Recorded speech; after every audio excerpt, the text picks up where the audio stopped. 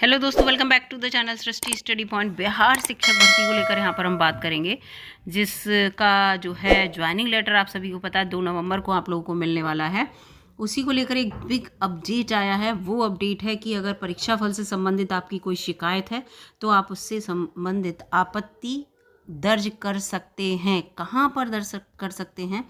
BPSC के portal पर। लेकिन इस सब के लिए आपको एक इम्पॉर्टेंट डॉक्यूमेंट की ज़रूरत पड़ेगी, तभी आप शिकायत या आपत्ति दर्ज कर सकते हैं।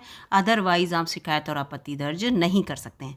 बस इतना है कि अगर आपके पास वो डॉक्यूमेंट अवेलेबल है तो आप एक से ज़्यादा शिकायत भी कर सकते हैं और उसका आपको आंसर भी मिलेगा डेफिनेटली।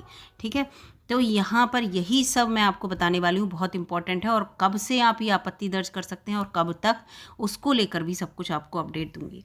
तो ये देखिए, ये है यहाँ पर बीपीएससी का जो है आवश्यक सूचना, बहुत इंपॉर्टेंट। ये आ तो चुकी थी पहले ही, लेकिन आज से आप आपत्ति दर्ज कर सकते हैं, इसीलिए मैंने इस न्यूज़ को आज अपलोड करने की चैनल पर सोची।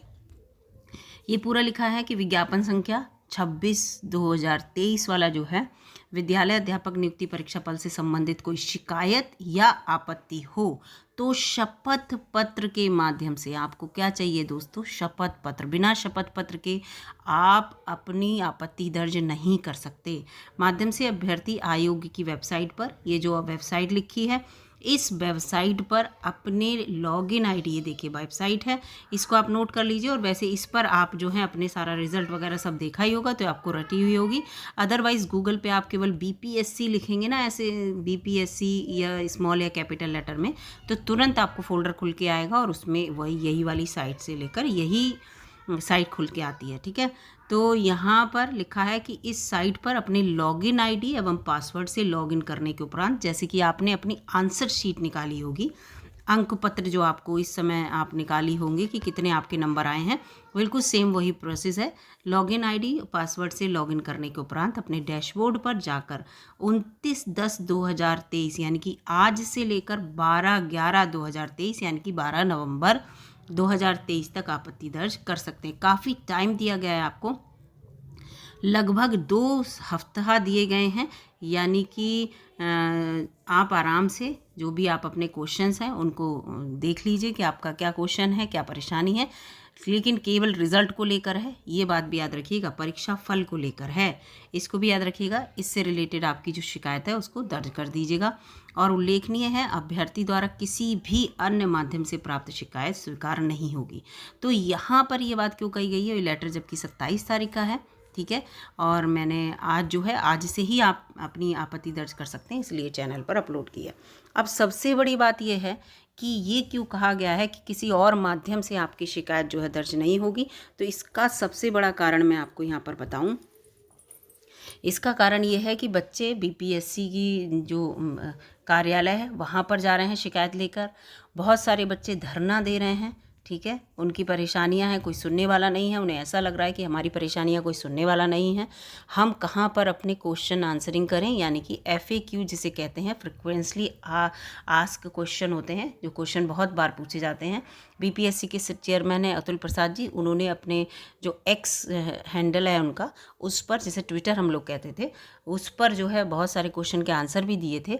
लेकिन फिर भी बच्चों के बहुत सारे क्वेश्चन हैं, वहाँ जा रहे हैं, दिक्कतें हो रही हैं, बच्चों को अपने आंसर नहीं मिल पा रहे हैं, तो जो है इसका इशू काफ़ी बन रहा है। फिर उसके साथ साथ बच्चे जो हैं वो जो अफवाह जो है वो फैला रहे हैं कि हमारा जो है नंबर नहीं आ पाया, हमारे नंबर ज़्यादा थे, ये सब बहुत सारे क्वेश्चन हैं। तो इन सब को शॉर्ट आउट करने के लिए ही ये तरीका अपनाया गया है कि आपके जो भी क्वेश्चन है आप उसका शपथ पत्र लगाएंगे, बाकायदा शपथ पत्र के साथ उस क्वेश्चन को आप वहाँ पर दर्ज करेंगे, उसका आपको आंसर मिलेगा, बिल्कुल सही आंसर, जिससे कि अगर आपकी कोई परेशानी है तो आप सीधे बीपीएससी पे जाके कहें।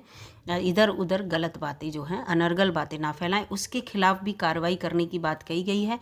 आप सभी को पता है कि चैनल पर वीडियो भी अपलोड है कि अगर आप गलत बात करेंगे तो उसके खिलाफ कार्रवाई होगी। और आप बीपीएससी के जो चेयरमैन हैं उनके अभी आपको मैसेज भी मैं दिखाऊंगी सारे, इसको लेकर भी मैसेज था, उन्होंने पहले ही बता दिया था कि इस तरह का हम एक पोर्टल बना रहे हैं, एक प्लेटफॉर्म बना रहे हैं जिस पर आप अपनी शिकायतें दर्ज कर सकते हैं, ठीक है, परीक्षा फल से रिलेटेड। तो यहाँ पर यही कारण है। और आप दूसरी तरह से आप सोचें मैसेज के थ्रू या और किसी तरह से ईमेल के थ्रू आप सोचें कि आप अपनी शिकायत दर्ज कर दें बिना शपथ पत्र के सोचें, तो ये यहाँ पर स्वीकार्य नहीं होगा। ये इन्होंने यहाँ पर क्लियर कर दिया है। तो फिलहाल ये आपके लिए एक अच्छी न्यूज़ है। जिनके सवाल हैं बहुत सारे, उनके लिए एक अच्छी न्यूज़ है। अब मैं आपको बीपीएससी के चेयरमैन की आपको जो उनके मैसेजेस हैं वो एक बार दिखा देती हूँ, जिससे कि आपको जो है उसको समझने में और जानने में सही अच्छा लगे कि ये मैसेज, ये जो सूचना क्यों आई है। तो चलिए वो देखते हैं। अभी देखिए, ये हैं, आपको दिख रहे हैं यहाँ पर बीपीएससी के चेयरमैन अतुल प्रसाद जी। और ये इनका जो एक्स जो जिसे हम कहने लगे हैं ट्विटर को, उस पर इन्होंने देखिए मैसेज किए हैं। ये मैसेज देखिए ये इन्होंने पहले ही कर दिया था, ये पूरा एक दिन पहले का है ये। We have made arrangement for loading complaints by TRE candidate, जो बिहार टीआरई से रिलेटेड है, जो अध्यापक भर्ती से रिलेटेड। अभी आपको मैंने मैसेज दिखाया, जो उनका आवश्यक सूचना दिखाई थी वही। अपने वेब पोर्टल पर ये एक ऐसा अरेंजमेंट कर रहे हैं और बहुत जल्दी ये नोटिस अपलोड हो जाएगा। तो वही जो नोटिस अपलोड हुआ उससे पहले इन्होंने यहाँ पर मैसेज कर दिया था। तो ये चीज़ है। एक इन्होंने ये कहा है कि जो बच्चे नॉर्मलाइजेशन की बात कर रहे थे कि नॉर्मलाइजेशन होना चाहिए, एक से ज़्यादा शिफ्ट में अगर एक ही टाइप का एग्ज़ाम आपका होता है तो उसका नॉर्मलाइजेशन होता है। लिखा है विच हेल्ड इन 2 शिफ्ट, जो 2 शिफ्टों में एग्ज़ाम हुआ, ठीक है। तो यहाँ पर इन्हें ये खुशी हुई है कि कुछ लोग इस बात को एटलीस्ट कह तो रहे हैं, रियलाइज़ तो कर रहे हैं नॉर्मलाइजेशन होना चाहिए। लेकिन बीपीएससी ने इस बारे में पहले ही सोच लिया था और बहुत कुछ इसके बारे में जो आवश्यकता थी वो कर लिया था। तो इस चीज़ को लेकर कहा है। वैसे भी नॉर्मलाइजेशन वहाँ होता है जहाँ मेल फीमेल एक साथ एग्ज़ाम देते हैं। इन्होंने तो एग्ज़ाम ही अलग करा दिया, मेल का अलग फीमेल का अलग, क्योंकि इन्हें जो रिज़ल्ट देना था वो भी मेल फीमेल का अलग देना था। तो उनकी इन्होंने मेरिट भी अलग ही बनाई। अब यहाँ पर बस एक ही क्वेश्चन है कि मान लीजिए फीमेल वाले का जो है उसके क्वेश्चन जो है सरल आए हों, तो फीमेल जो है ज़्यादा जल्द के सेलेक्ट हो गई होंगी और मेल जो है कम सेलेक्ट हुए होंगे। तो इसलिए यहाँ पर ये कहा है कि अगर फीमेल का एग्ज़ाम सरल आया तो वो उनकी मेरिट हाई हो जाएगी, और मेल वाले कैंडिडेट में उसमें उन्हें एंट्री मिल गई थी और उस वाली कैटेगरी में इन्होंने क्या किया था, अपनी जगह बना ली थी। और आपने देखा फीमेल के केस में NA लिखा हुआ था, ये चीज़ थी। तो NA का मतलब क्या हुआ, उन्हें मान लीजिए अनरिजर्व में हिंदी में था, हिंदी में फीमेल जो थी आप देखिएगा 9th-10th वाले में है, तो उसमें फ़ीमेल के लिए NA लिखा था फीमेल वाले केस में। तो यानी कि इन्हें हिंदी की अनरिजर्व की फ़ीमेल नहीं मिली। लेकिन बाद में ये कहा गया कि वहाँ जहाँ NA लिखा है इसका मतलब ये नहीं इन्हें फ़ीमेल नहीं मिली, इसका मतलब वो मेन वाले जो मेल वाली जो कैटेगरी थी उसमें आ गई हैं, इनकी मेरिट इतनी हाई हो गई है। तो भाई मेल वाले में क्यों आ गई, जब फीमेल और मेल के आपने जो है तो। लेकिन यहाँ पर एक केस ये हुआ 9th-10th में, इसलिए ये हो गया क्योंकि इन्होंने 9th-10th वाला जो था वो मेल फीमेल को सेपरेट किया ही नहीं था। उसका एग्ज़ाम इन्होंने एक ही एग्ज़ाम लिया था, ठीक है, एक ही एग्ज़ाम लिया था, तो इसलिए वो फीमेल वाली मेल में आ गई। तो यहाँ पर इनका ये आंसर रहेगा डेफिनेटली कि वहाँ पर हमारा एक ही एग्ज़ाम था, एक से ही पेपर थे। फीमेल जो थे वो अच्छा नंबर ले आई, तो उन्होंने मेल की जो रैंक थी उस मेल वाली कैटेगरी में अपनी रैंक प्राप्त कर ली, और फीमेल इन्हें जितनी चाहिए थी उतनी ले ली। फिर इन्होंने अनरिजर्व में फ़ीमेल को नहीं दिखाया, यानी कि एक्स्ट्रा फीमेल कैंडिडेट इन्होंने नहीं लिए, इस तरह से है। तो यहाँ पर इनके जो इन्होंने जितने भी इन्हें सारे वो करने थे, इसीलिए इन्होंने यहाँ पर जवाब दिया है कि नॉर्मलाइजेशन इसीलिए नहीं हुआ क्योंकि इन्होंने सारे उसके तरीके देख लिए थे कि क्या तरीका है। दूसरा यहाँ पर एक ये क्वेश्चन था ये वाला कि जो है फ्रॉड, अगर बच्चे कंप्लेन जो हैं गलत कंप्लेन इधर उधर करेंगे कि हमारा सिलेक्शन नहीं हुआ है, कट ऑफ हम के अकॉर्डिंग हमारे ज़्यादा नंबर थे फिर भी सिलेक्शन नहीं हुआ है, तो इन्होंने देखा कि वो बीएड वाले कैंडिडेट थे पीआरटी को लेकर, और बीएड में इन्होंने बच्चे लिए ही नहीं थे बीएड वाले पीआरटी में।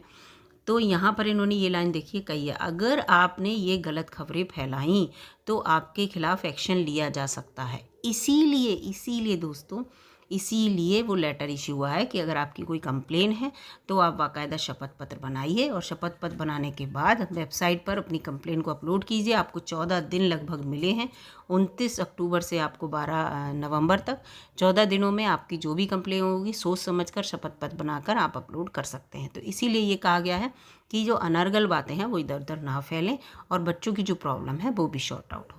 तो फिलहाल अगर आपका कोई इशू है, कोई क्वेश्चन है, तो आप ज़रूर बीपीएससी की साइट पे अपलोड कीजिए। उसका कोई पैसा तो जा नहीं रहा है, आराम से आप उसको अपलोड कीजिए। 1 क्वेश्चन, 2 क्वेश्चन, 4 क्वेश्चन जो भी है उसको अपलोड कर सकते हैं, ठीक है। तो यहाँ पर यही बात मुझे आपको बतानी थी। वीडियो अगर अच्छी लगी हो दोस्तों तो लाइक कीजिएगा, चैनल पर नए हो तो सब्सक्राइब भी कर लीजिएगा। इस तरह की अपडेट मैं आपको देती रहती हूँ। मिलूँगी अगली वीडियो में, तब तक के लिए नमस्कार।